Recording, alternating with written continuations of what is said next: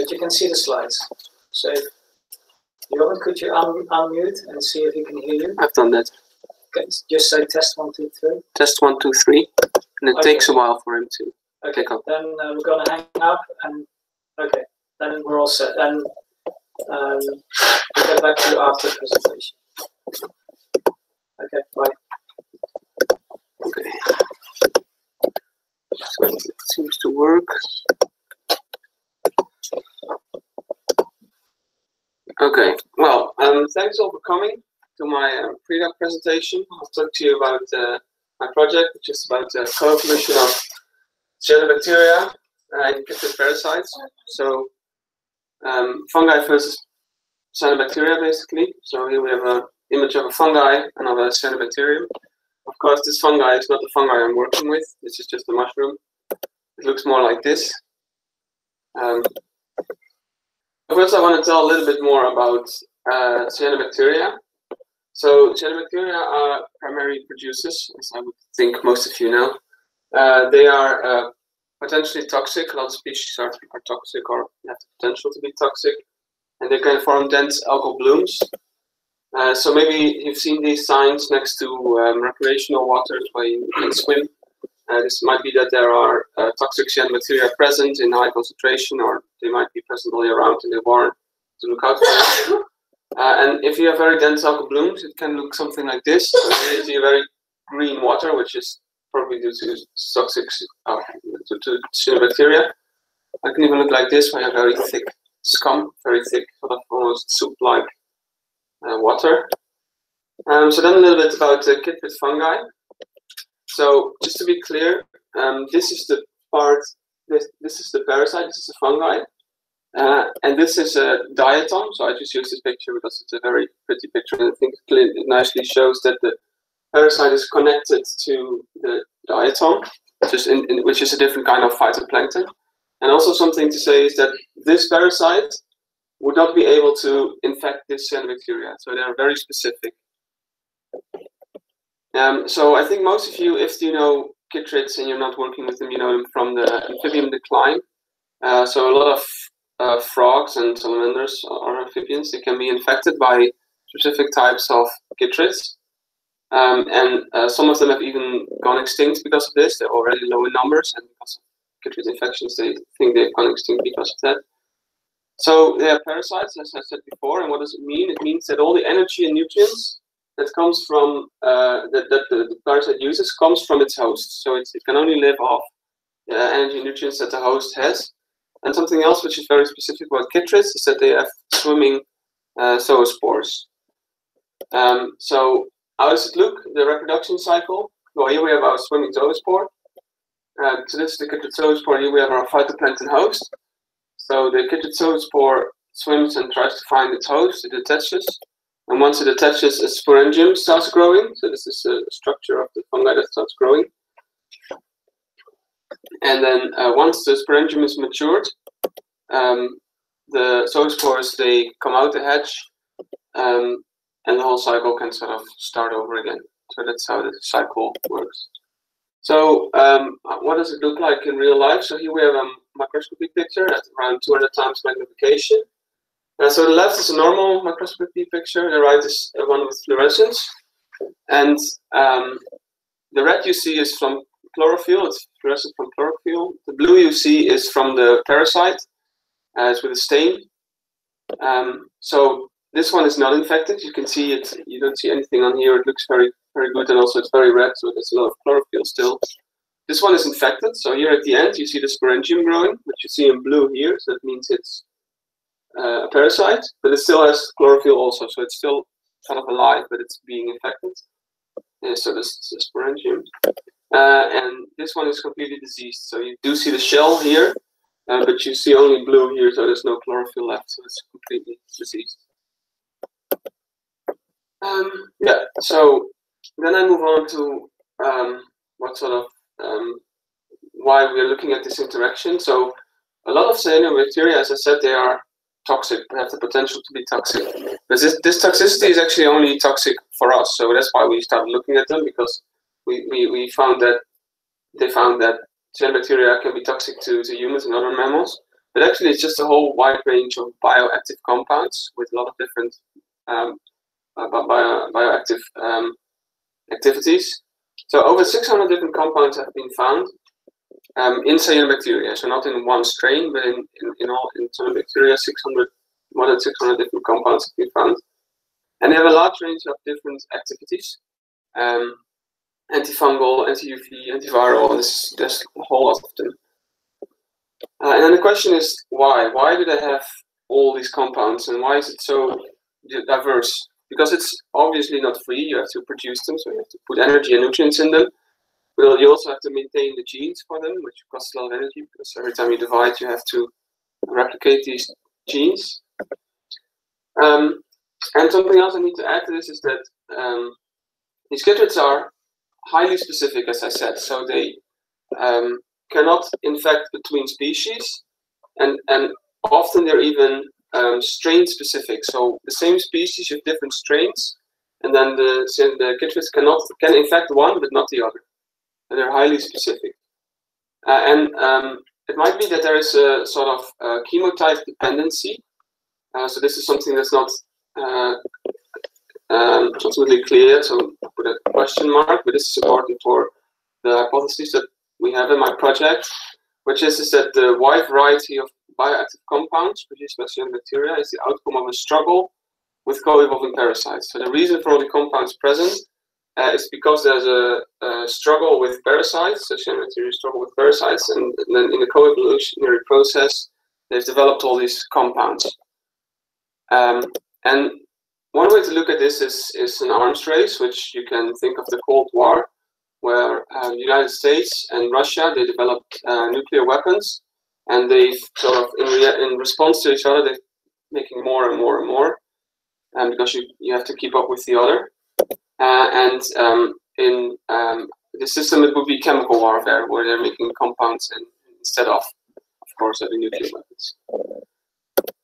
So one of the things in this co-evolutionary struggle, one of the leading hypotheses is the Red Queen hypothesis, which I will try to explain to you.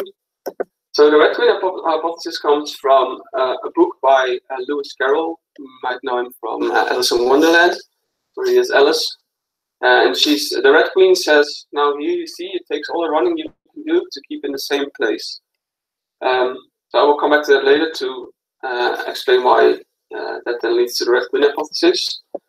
But the Red Queen hypothesis, it's a negative frequency dependent selection. So you select, there's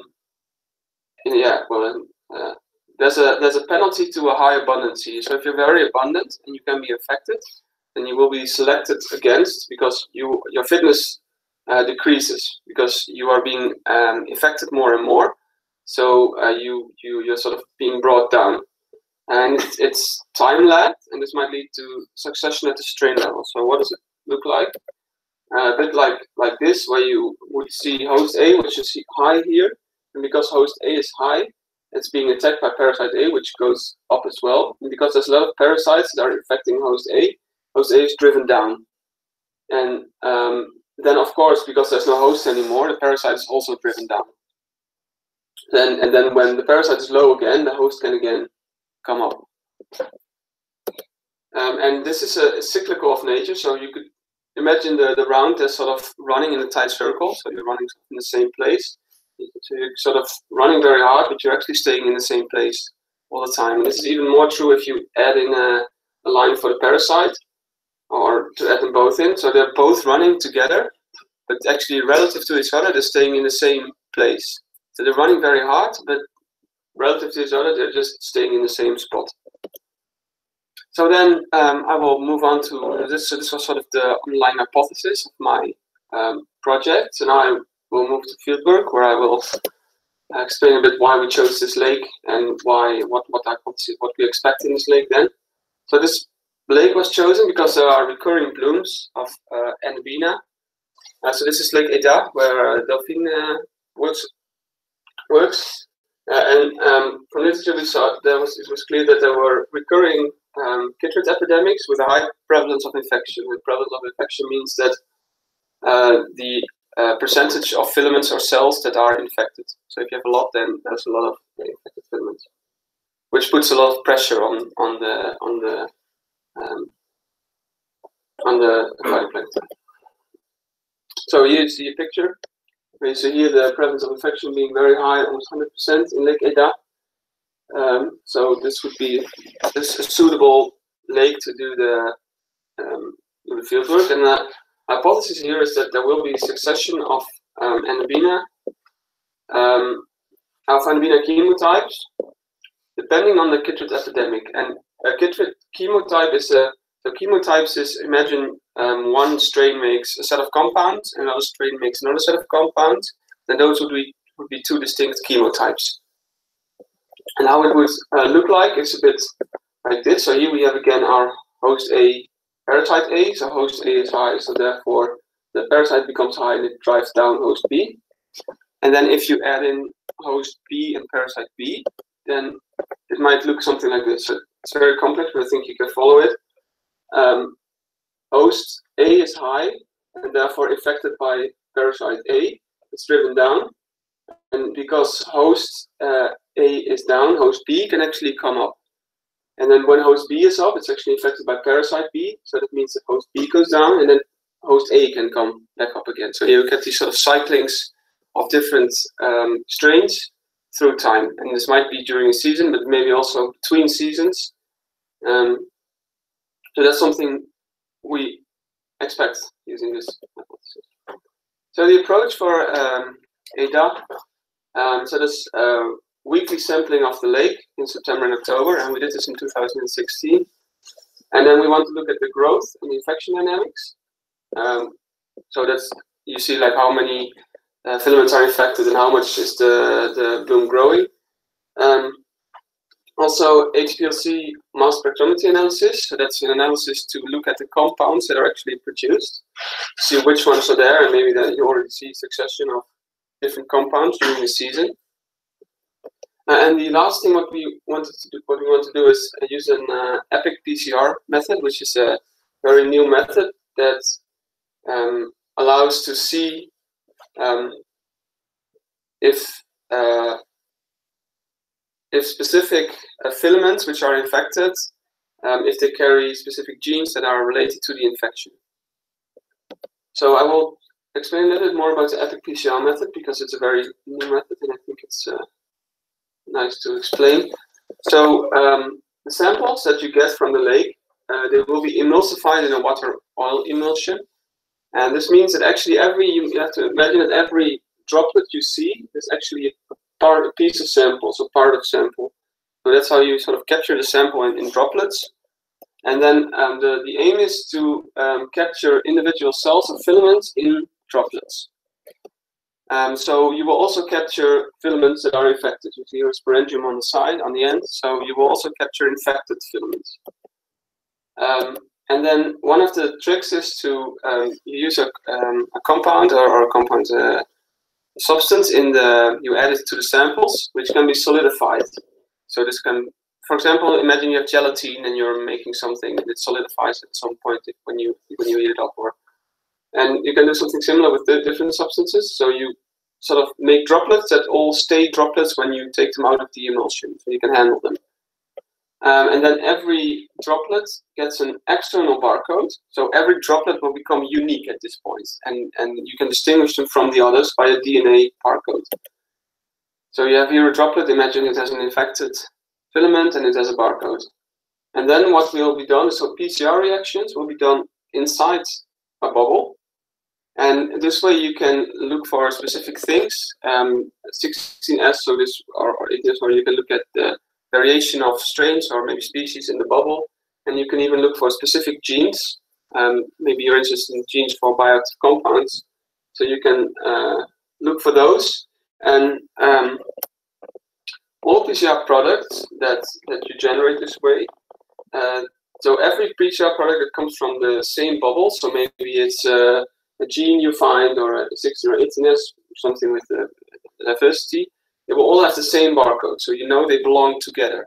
So you know that the chytrid DNA you find belong to the cyanobacteria DNA you found. And between bubbles, barcodes are unique, so you can also distinguish them from other individual filaments.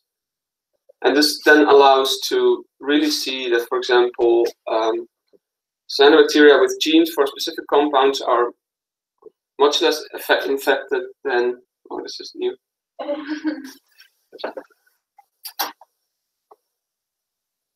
Okay, so back. So this allows to see that maybe genes of cyanobacteria that are infected have different genes for other compounds than filaments that are never infected. So give very detailed information. So I have some results from Lake Eta. So here we see the bloom actually developing. So the red line is a chlorophyll line from a fluid probe. And just chlorophyll, not for specific for cyanos. And the blue line, dotted line, is the biovolume. So that's another measure for biomass. So it's the biovolume of Anabaena. So it's of the actual algae that we're looking at, cyanobacterium. So it was a very nice bloom. As you can see, the chlorophyll was started 1 week earlier than the biovolume. And of course, we hope to find something like this for the chytrids, where you see a very nice epidemic of chytrids at the end of the bloom, but we saw this. So there was no chytrid epidemic, unfortunately, which is of course a pity because that's what we were looking for. But yeah, that happens in the field. I did see a couple. So here you see something that's probably a sporangium on an Anabaena cell.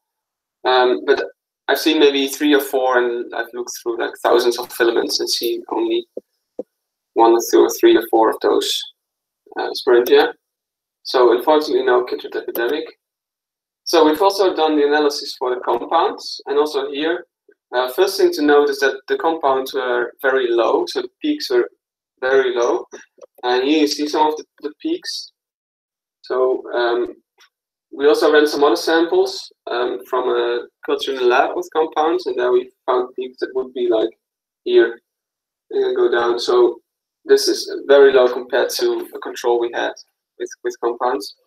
And also, if you look at this, you don't really see a succession of chemotypes. So you don't see that in the beginning you have certain species with certain compounds, and at the end you have different ones. They sort of all stay the same throughout the season. So it looks as if there was no chemotype succession from this data.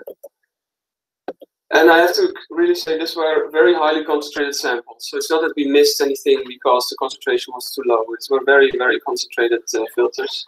So if there would have been compounds, we most likely would have seen them. And the epi-PCR is still to be done because we decided to not run these because there were no chytrids, but we actually have plans to do them now.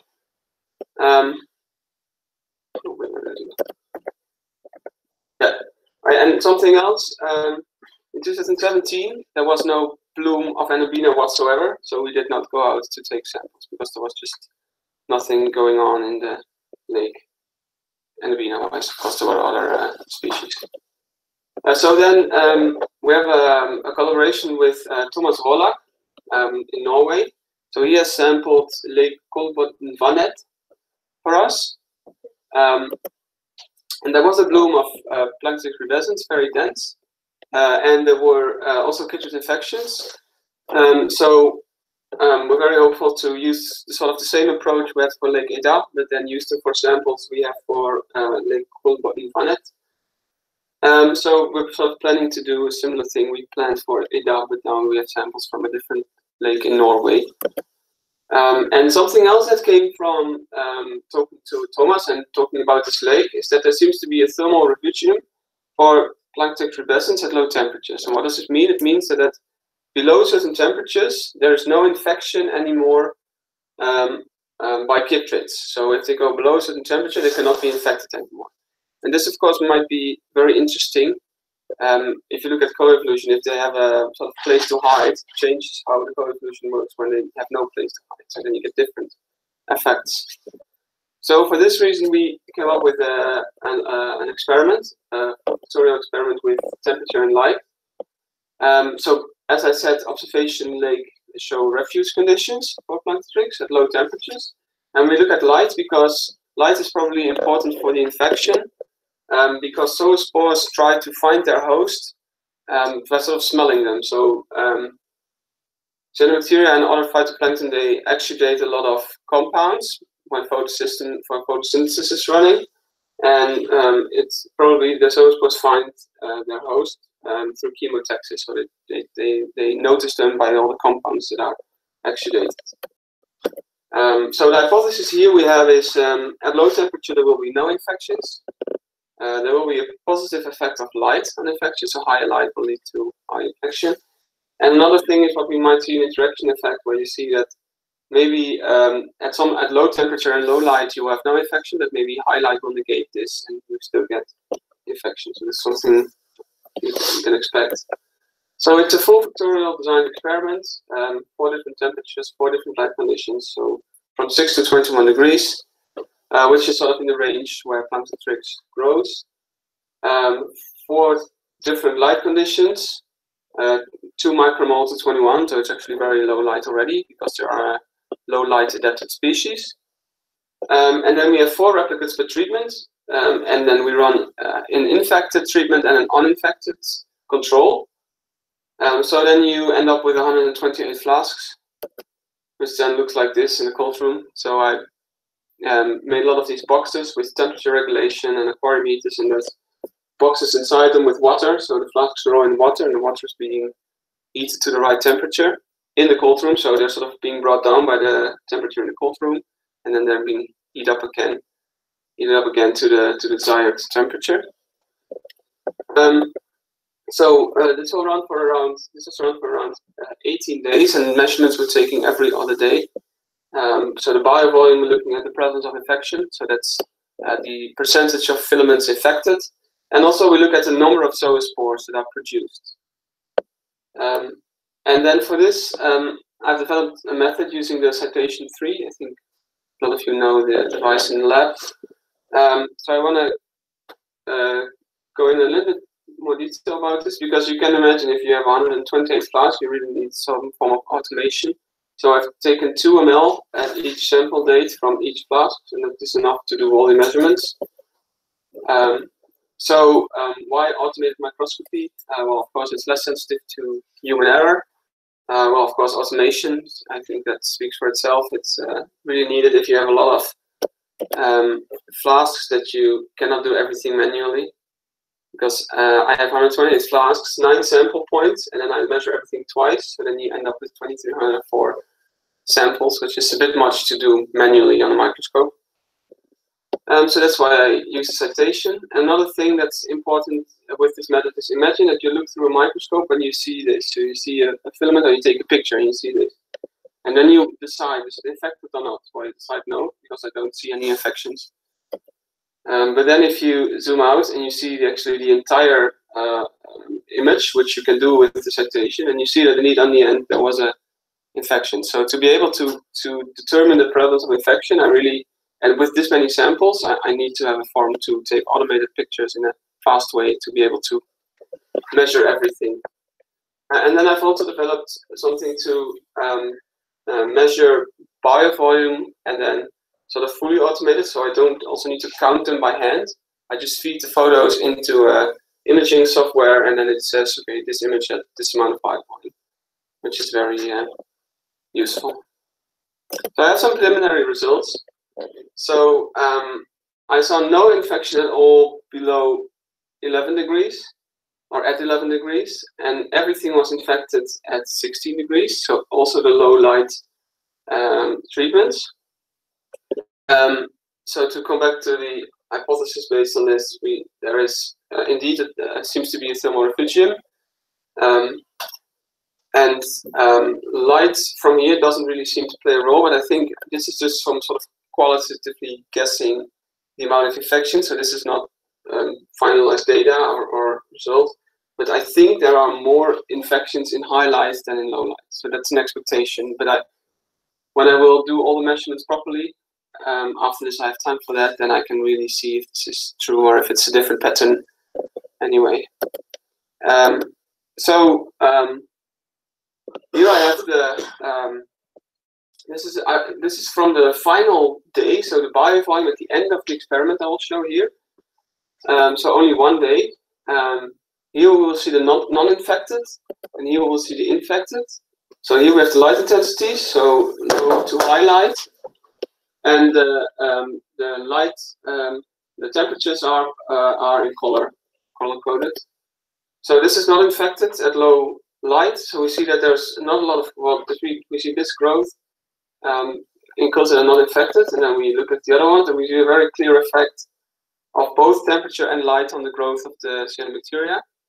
And then if we look at the infections, we also see a very strong effect of the infection of the, because this is the biofilm. So these are infected filaments, so biofilm is lower because they are being attacked by parasites, or they grow less hard, or at least maybe they grow the same speed, but they are being attacked, so their growth rate in the end will be lower. Yeah, so I think there's already very clear patterns in here, and this is only one time point, so I think it will change a lot. But for example, one thing to pick out, I don't know if it's very clear, but if you look at the low light, high temperatures, so 21 degrees, you see that the biovolume is a lot higher than at low light and infected. So even at low light, there seems still to be infection going on, which is also from the other results. So they are still infecting even under the low light. And there's many more things I think in here, but I will measure everything after this and then figure out what exactly is going on. But I'm very happy with these results so far. So then for future work, I have some things planned. So the first thing would now be to finalize the experiment and analyze all the samples, data, and then write a paper on it. The next thing I would like to do is write a methods paper. So with this automated measuring and photo making, I think it's worth to write that down and put it in the methods paper. Especially for filamentous cyanobacteria, it's difficult to accurately measure the biovolume. Some species more easy than others, but I think this will give a fairly easy way to, and very universal for filamentous cyanos to measure biovolume in a quick way and very accurate. So I think that's would be nice. And then the other thing is to work on the samples from Lake Kolbot and Vannet. So analyzing samples. So Thomas has all these samples now. They're in Norway in the freezer. So we will try to get them here, and then I can work on them, analyzing them. And then also for Lake Ida, we have the idea to at least try to do the EPIC PCR on the samples, because we might not see in, something with chytrids, but it's at least interesting to see if there was any genotype succession other than chemotype succession, which we didn't see. So we will also try to do that. And then there's some, so these things are, the first two are very much defined. These are a little bit more open. And the last two things are much more open. So the idea is to write a review paper on abiotic versus biotic drivers of cyanobacterial biotic compounds. And the other idea is to do maybe a DNA expression experiment when we look at the DNA expression of plankton pubescens and also of the chytrids when they are affected by chytrids. So that's so here I have a timeline, and I honestly say this timeline is somewhat ambitious, but I think it's good to have an ambitious timeline to try to work hard and get done as much as possible. And some planned papers that will come out of this. So the temperature light experiment, the methods paper, and then also the field paper from both Lake Ida and Kolbot and Vannet, and then review paper and perhaps a DNA expression paper. And also this a lot. I hope I can at least manage to do most of it. So yeah. So this was basically my presentation. So thanks for your attention. So,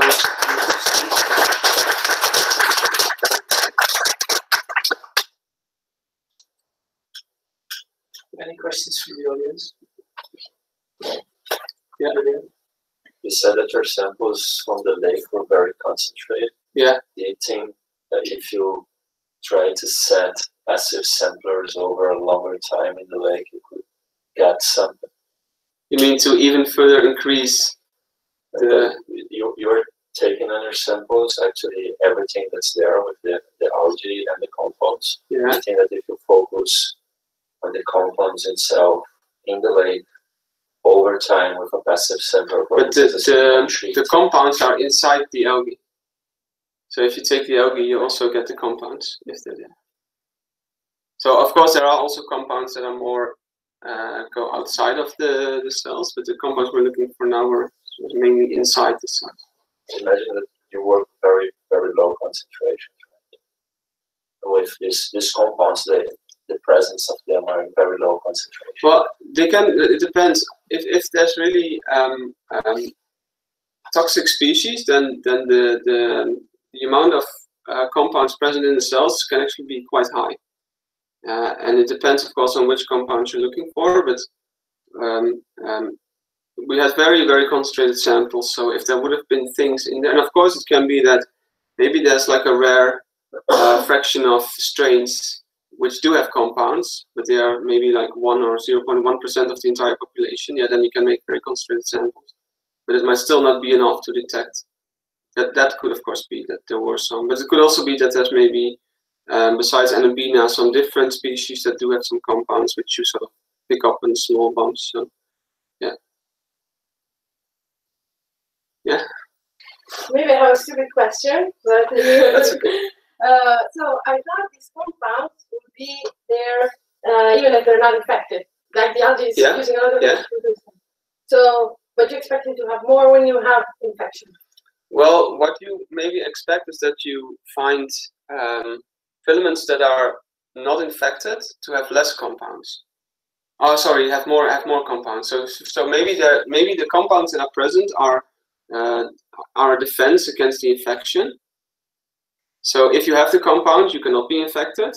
And if you don't have the compound, you can be infected.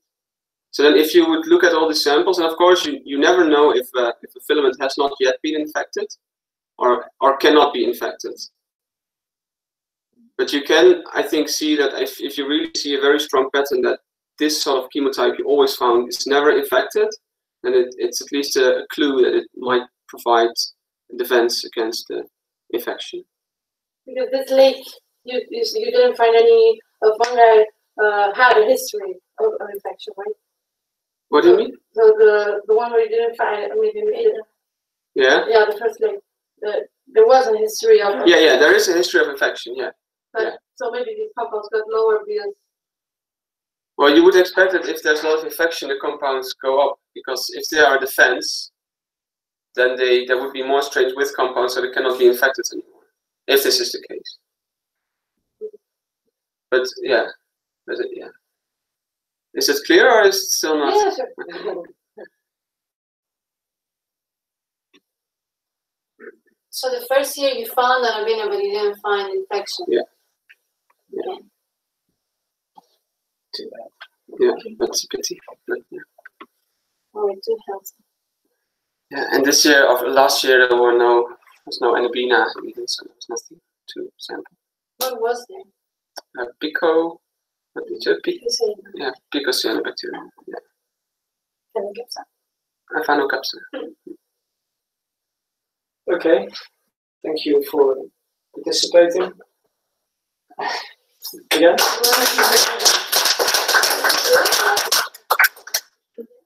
And then, if you would want to leave, now's the time to leave. Otherwise, you have to stay to the end of the questions. Otherwise, you have to set the procedure. Thanks.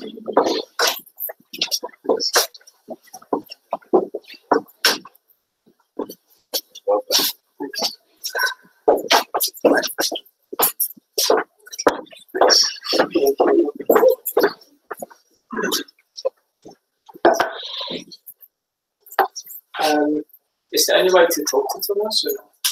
I think we can Skype. I was thinking if you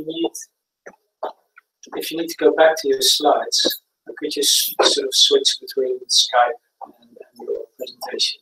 Like if there's a question on a slide, you would like to put the slide on, but then. Well, I can just say. Do we need a second laptop? Could you Skype on the phone? Well, something I could do is put the sound off with the slides, and then we can use Skype to talk to him. So you could watch the Skype, but hear us talk through Skype. Do it and see what happens. Okay.